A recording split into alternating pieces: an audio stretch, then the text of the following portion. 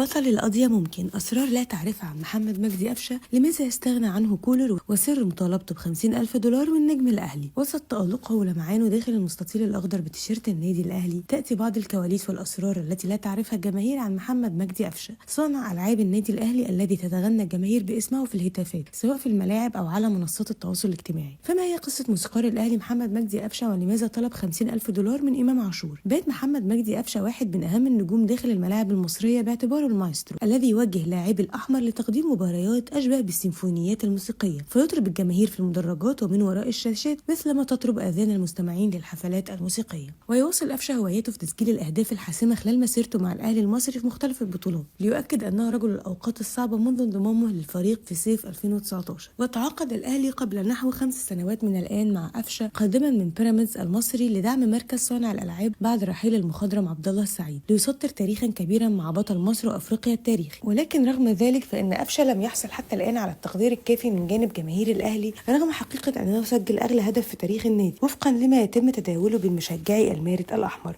لعب قفشة دور بارز في فوز الأهلي على الزمالك 2-0 في نهائي كأس مصر 2023 بعد أن شارك بديلا في الدقائق الأخيرة من عمر المباراة، وسجل هدفا وصنع آخر لزميله إمام عاشور. وبحسب موقع ترانسفير ماركت للأرقام والإحصائيات، شارك قفشة في 210 مباريات مع فريق الأهلي، عدد كبير منها كلاعب بديل، وسجل خلالها 38 هدف وأسهم ب 43 تمريرة حاسمة.